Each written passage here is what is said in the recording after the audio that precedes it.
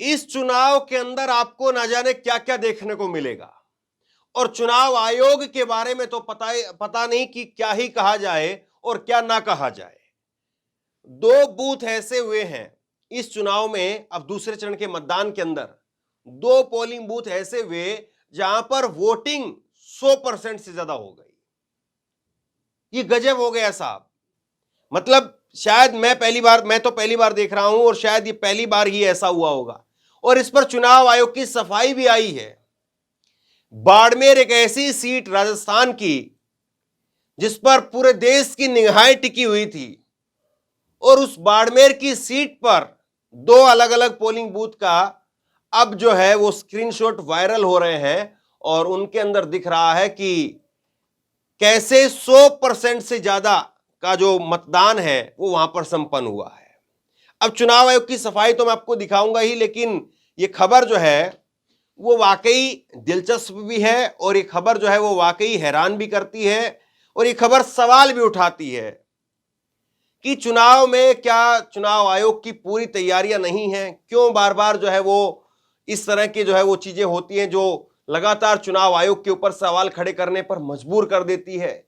अभी एक video viral हो रही थी जिसका मैंने कुछ देर पहले जिक्र किया, कुछ देर पहले वो वीडियो मैंने आपको दिखाई कि ईवीएम में एक असम की वीडियो बताई जा रही है जहां पर ईवीएम में 5 बार बीजेपी के खटाखट खटाखट खटाखट जो है वो बटन दबाया जा रहा है बीजेपी के नाम का। तो अब जो है ये खबर आई कि 100% से ज्यादा जो है वो यहां पर मतदान हो गया है। तो आखिरकार ये हो क्या रहा है? चलिए पहले तो मैं आपको ये 100% मतदान का जो स्क्रीनशॉट एक बार आपको वो दिखा देता हूं। सबसे पहले तो आप ये देखिए आपकी स्क्रीन के ऊपर, और ये फुल स्क्रीन पर दिखा दीजिए। ये जो है 100% 114.29% का मतदान जो है वो यहां पर आपके सामने आपकी स्क्रीन के ऊपर है, और ये गवर्नमेंट प्राइमरी स्कूल बाड़मेर के अंदर हुआ है। ये आपने ये स्क्रीनशॉट देखा। अब इसकी पूरी कहानी बताता हूं, और कहानी के साथ साथ आपको यह भी बताता हूं कि चुनाव आयोग की इस पर सफाई क्या आई है, और इस सीट पर इतनी निगाहें देश भर की क्यों लगी हुई थी, ये सीट इतनी दिलचस्प क्यों है, इस सीट की जो है वो चर्चा इतनी क्यों हो रही है। तो चलिए मैं आपको थोड़ा सा ये खबर दिखाता हूं। ये खबर जो है वो रूरल वॉइस पर ये खबर लगी है, और हमारे पत्रकार साथी हैं अजीत सिंह की ये खबर है। मैंने उनसे जो है समय भी मांगा था कि हम लोग इस पर लाइव जो है चर्चा करें, थोड़ा सा और डिटेल में समझें, लेकिन वो थोड़ा सा व्यक्तिगत कारणों की वजह से बिजी थे तो नहीं आ पाए। तो ये खबर मैं उनकी आपको बताता हूं।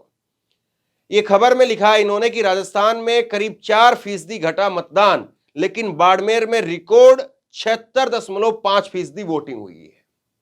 मतलब पूरे राजस्थान के अंदर इस बार, और राजस्थान में क्या तो हम देख रहे हैं हर जगह पर जो मतदान है वो कम हो रहा है, लेकिन बाड़मेर के अंदर मतदान ऊपर गया।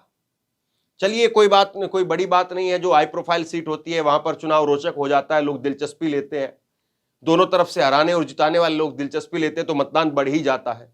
लेकिन बात इतनी नहीं है। अगर बात इतनी होती तो चर्चा नहीं होती।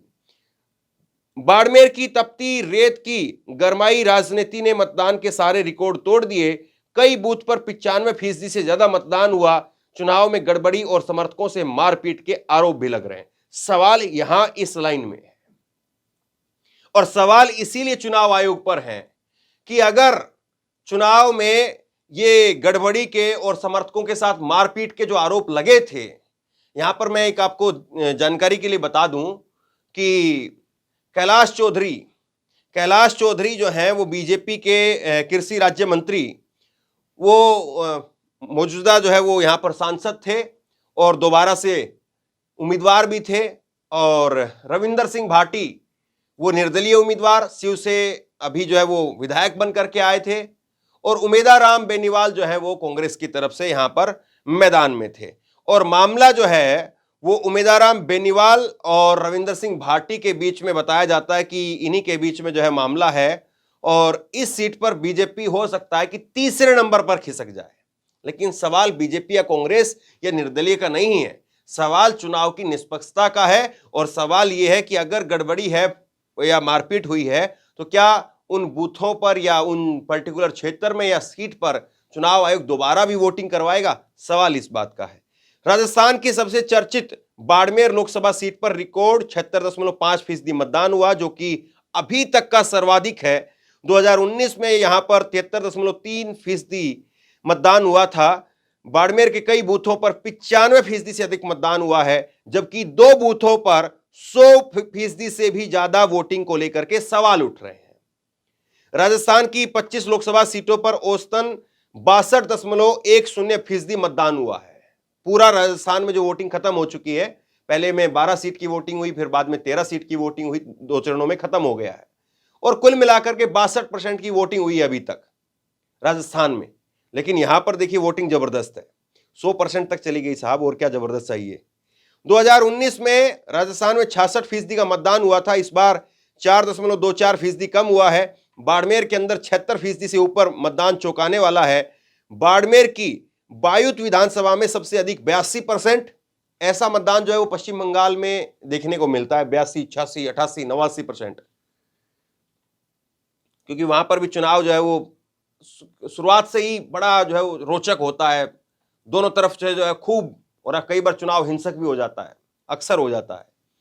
तो बाड़मेर की बायुत विधानसभा के अंदर सबसे अधिक 82%, जैसलमेर में 79.4% और सीऊ में 78%, जबकि सबसे कम जो है सिवाना विधानसभा के अंदर हुआ, 63.68% मतदान हुआ है। शुक्रवार को मतदान के दिन बाड़मेर में निर्दलीय प्रत्याशी रविंदर सिंह भाटी और कांग्रेस के नेता समर्थकों के साथ में मारपीट और चुनाव में गड़बड़ी के आरोप लगा रहे थे।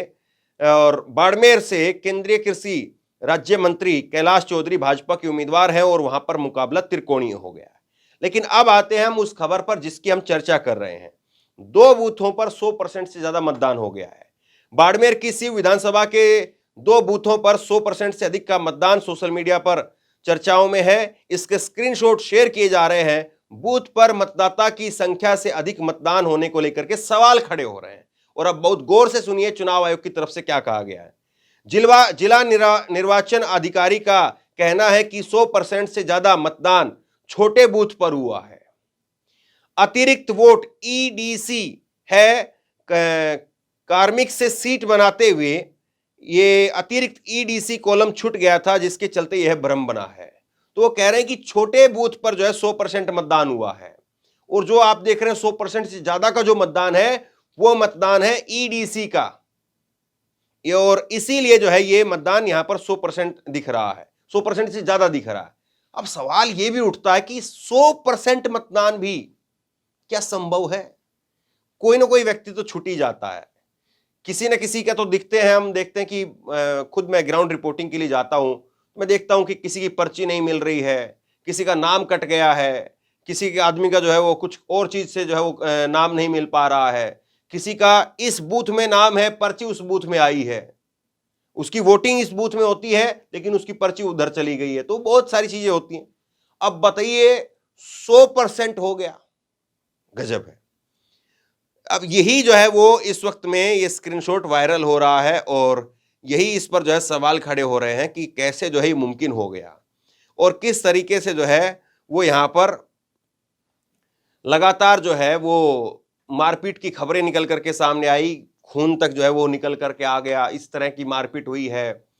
कांग्रेस के समर्थकों की तरफ से कहा गया, कांग्रेस के नेताओं की तरफ से कहा गया कि जो निर्दलीय प्रत्याशी हैं रविंदर सिंह भाटी, वो बीजेपी की मदद से चुनाव लड़ रहे हैं, और उन्होंने जयपुर से, बीकानेर से, चूरू से, बाहर के जिलों से जो है अपने समर्थक बुलाए और उनसे फर्जी वोटिंग करवाई जा रही थी। रविंदर सिंह भाटी का कहना है कि मेरे नाम के सामने ईवीएम बटन के ऊपर पर्ची लगा दी गई। तो मतलब एक ऐसा चुनाव हुआ है बाड़मेर के अंदर जिसकी आप कल्पना नहीं कर सकते। और इस पूरे चुनाव में अगर कोई रिलैक्स करके आराम से था तो वो भाजपा थी। भाजपा पूरी तरह से रिलैक्स होकर के आराम से इस सीट पर जो है वो तीसरे नंबर पर बैठी हुई थी। लेकिन अब ये भाजपा की क्या सोची समझी रणनीति है कि रविंदर सिंह भाटी को आगे करके और उन्हीं को जब चुनाव लड़वा दिया, और मंत्री जो है वो खुद अपनी सीट हार जाए लेकिन भाजपा को सीट जितवा दी जाए। या अभी जो रिपोर्ट आ रही है वो ये बता रही है कि वहां पर कांग्रेस ने चुनाव बहुत शानदार तरीके से लड़ा है। चलिए मैं थोड़ा सा आपको जो मारपीट वाली जो खबरें हैं वो बता देता हूं। समर्थकों से मारपीट और फर्जी वोटिंग के आरोप लगे। चुनाव के दौरान बाड़मेर के कई इलाकों में उम्मीदवारों के समर्थकों के बीच में टकराव और मारपीट की खबरें आई। बायतू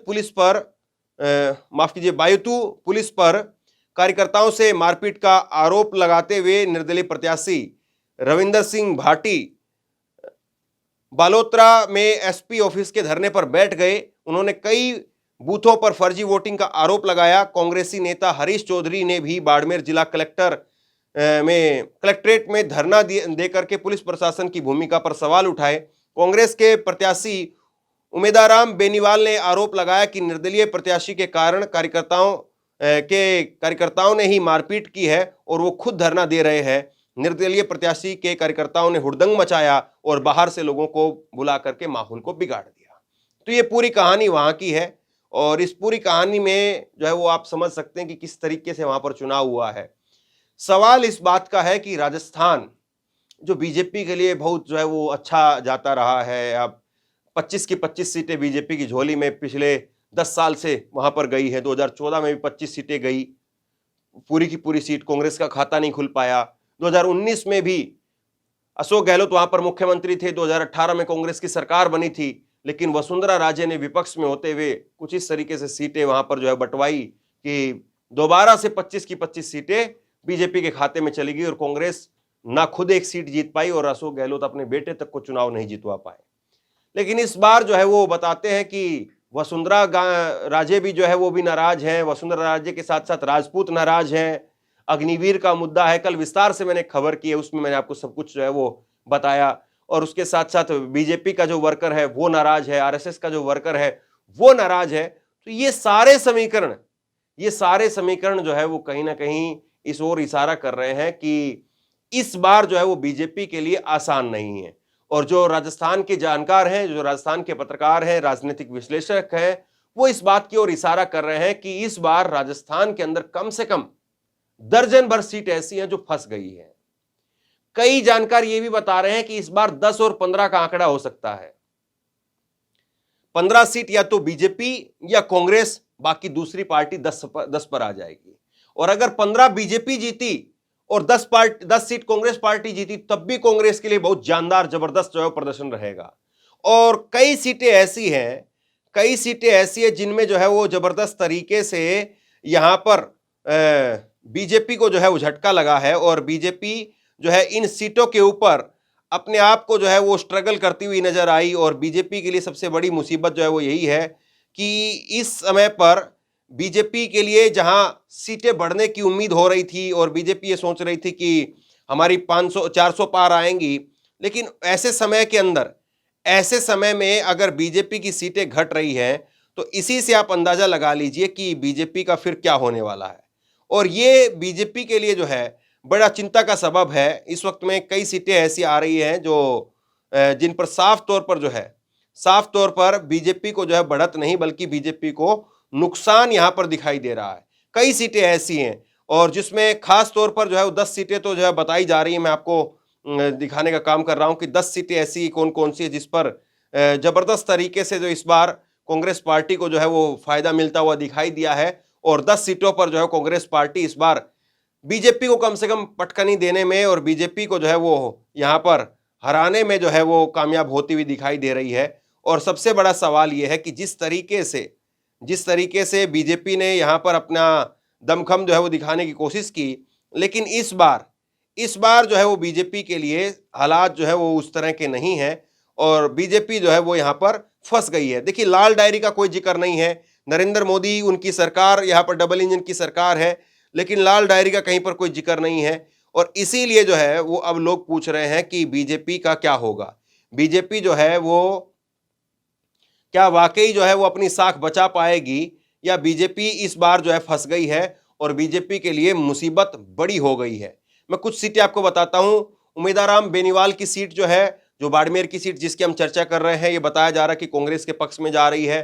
प्रहलाद गुंजन की सीट, कोटा की सीट, जिसमें उनके सामने है लोकसभा के अध्यक्ष ओम बिरला, वो सीट भी जो है कांग्रेस के पक्ष में जा रही है। हरीश मीणा जीत रहे हैं, मुरारी लाल मीणा वो भी जीत रहे हैं, अनिल चोपड़ा, संजना जाटव, राहुल कसवा, हनुमान बेनीवाल, ब्रजेंद्र सिंह ओला और अलवर जोधपुर के अंदर जो है वो टक्कर है। तो ये जो है वो अलग अलग जगह पर अलग अलग तरीके से इस वक्त में जो समीकरण है वो बीजेपी और कांग्रेस के लिए बताए जा रहे हैं। तो अब सवाल यही है कि जिस तरीके से यहाँ पर जो टक्कर है और बीजेपी को यहाँ पर जो नुकसान होता हुआ दिखाई दे रहा है, तो ऐसे में सबसे बड़ा सवाल ये कि बीजेपी अपनी सीटों को बचाने में कामयाब नहीं हो पाई है, तो बीजेपी 400 पार का नारा किस तरीके से दे रही है। और शायद इसीलिए नरेंद्र मोदी ने 400 पार बोलना तक छोड़ दिया है। उनकी करीब करीब 4 से 5 दिन की आप रैली, किसी भी रैली को उठा करके देख लीजिए, एक भी रैली में 400 पार का नारा नहीं लगा है। पिछली 4 से 5 आप दिनों की कोई भी रैली उठा करके देखिए, अमित शाह या जेपी नड्डा ने कभी 1-2 बार लगवाया हो तो अलग बात है, बाकी नरेंद्र मोदी ने 400 पार का नारा लगवाना छोड़ दिया है। बीच चुनाव में ये जो है वो पार्टी का गेयर बदल करके नीचे आ जाना, होता यह है कि गेयर बदल करके पार्टियां ऊपर जाती हैं, नरेंद्र मोदी गेयर बदल करके ऊपर जाते हैं, लेकिन गेयर बदल करके नीचे आ जाना, अब तो जो है वो सिर्फ ये कह रहे हैं कि फिर एक बार मोदी सरकार, बस यही नारा जो चल रहा है कि फिर एक बार मोदी सरकार। 400 पार की बात अब जो दूर हो गई है, 400 पार की बात जो है वो अब इस वक्त में तस्वीर में नहीं है। अब तो इस वक्त में सिर्फ और सिर्फ यही है कि किसी न किसी तरीके से जो है वो अपने आप को बचा लिया जाए, किसी न किसी तरीके से जो है वो अपनी सरकार को बचा लिया जाए। और कांग्रेस पार्टी दूसरी तरफ कह रही है, राहुल गांधी लगातार दूसरी तरफ कह रहे हैं कि बीजेपी इस बार आ गई तो संविधान खत्म कर देगी, संविधान बदल देगी, आरक्षण खत्म कर देगी। तो ये सारी बातें जो इस वक्त में चल रही हैं, पूरी बीजेपी जो है वो कांग्रेस पार्टी को, राहुल गांधी को जो है डिफेंड करने में लगी हुई है।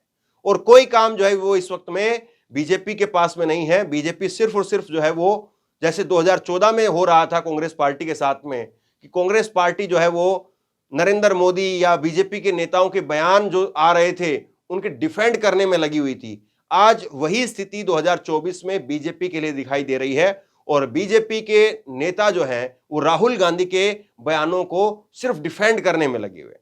तो इसी से आप समझ लीजिए कि चुनाव की दशा और दिशा इस वक्त में क्या है और बीजेपी को इसका क्या जो है वो असर, खामियाजा उठाना पड़ेगा और बीजेपी को के ऊपर जो इसका क्या असर पड़ेगा, सबसे बड़ा सवाल ये है। तो बहरहाल आप क्या सोचते हैं 100% जो वोटिंग हुई है उसको लेकर के, और बीजेपी की क्या वाकई हवा है, 400 पार की हवा है या सरकार बनाने की हवा है, या इस बार बीजेपी गई पार और इस बार तो बीजेपी 200 पार भी हो जाए तो बहुत बड़ी बात है। आप क्या सोचते हैं नीचे कमेंट बॉक्स में लिख करके जरूर बताइए। इस वीडियो को खूब शेयर कीजिए, लोगों तक पहुंचाइए और इसी तरह की तमाम खबरों के लिए ऑनलाइन न्यूज इंडिया को सब्सक्राइब कीजिए। साथ में जो बेल आइकन है, घंटी है, उसको जरूर दबाइए ताकि जैसे ही कोई खबर अपलोड करें उसकी नोटिफिकेशन सीधे सबसे पहले आपको मिल सके। अगर ये वीडियो फेसबुक पर देख रहे हैं तो फेसबुक पर हमारे पेज को लाइक कीजिए, फॉलो कीजिए और इस खबर को शेयर कीजिए। आपका बहुत बहुत धन्यवाद।